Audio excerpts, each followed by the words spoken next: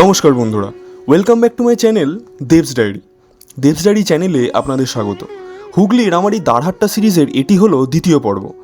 প্রথমেই বলি, যারা যারা প্রথম পর্ব দেখেননি তারা অবশ্যই আই বাটনে ক্লিক করে পর্বটি দেখে নিতে পারেন, দেখবেন খুব ভালো লাগবে। আর আজকের পর্বে আমি আপনাদের নিয়ে যাব এই গ্রামেরই প্রায় 300 বছরের প্রাচীন এক টেরাকোটার মন্দিরে, যার নাম শ্রী রাজরাজেশ্বর মন্দির। অপূর্ব গ্রাম্য পরিবেশের মাঝে অবস্থিত এই প্রাচীন মন্দিরের ইতিহাস সম্পর্কে চলুন কিছু জানা যাক।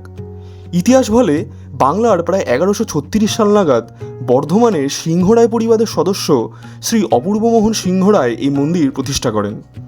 স্থানীয়দের মত অনুসারে এই সিংহরায় পরিবার বর্ধমান এবং তার কিছু সংলগ্ন অঞ্চলে ব্যবসা বাণিজ্য করে প্রচুর অর্থ সম্পত্তির অধিকারী হন।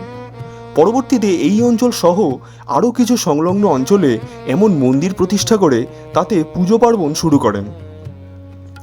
সমগ্র মন্দির গাত্রে রয়েছে অপূর্ব টেরাকোটা শৈলীর কিছু কাজ। তার মধ্যে রাম রাবণের যুদ্ধ থেকে শুরু করে হিন্দু ধর্মের বিভিন্ন পৌরাণিক কাহিনীর চিত্র ফুটে উঠেছে এই মন্দিরে। উঁচু ভিত্তিবেদির ওপর প্রতিষ্ঠিত পূর্বমুখী ত্রিখিলান প্রবেশদ্বার সহ অপূর্ব প্রাচীন এই টেরাকোটা শৈলীর মন্দিরটি বাংলার আটচালা শৈলীর এক সুন্দর নিদর্শন। বর্তমানে মন্দিরের গর্ভগৃহে সিংহরায় বংশের কুলদেবতা শ্রী রাজরাজেশ্বর শালগ্রাম শিলা প্রতিষ্ঠিত এবং নিত্য পূজিত। বর্তমানে এই মন্দিরটি পশ্চিমবঙ্গ সরকারের আর্কিওলজিক্যাল ডিপার্টমেন্টের অধীনে, যা আপনারা মন্দির চত্বরের বাইরে একটি ফলকে লেখা দেখতে পাবেন। এবার বলি, আমার এই দাঁড়হাট্টা সিরিজের আগামী পর্বে থাকছে এই সুন্দর গ্রাম্য পরিবেশের মাঝে থাকা আরেকটি প্রাচীন মন্দিরের সম্পর্কে।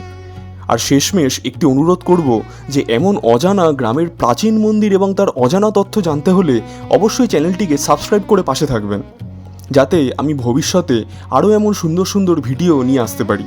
আর এই ভিডিওটি আপনাদের কেমন লাগলো অবশ্যই কমেন্ট করে জানাবেন কিন্তু। আবার দেখা হবে পরবর্তী পর্বে। ভালো থাকবেন, নমস্কার।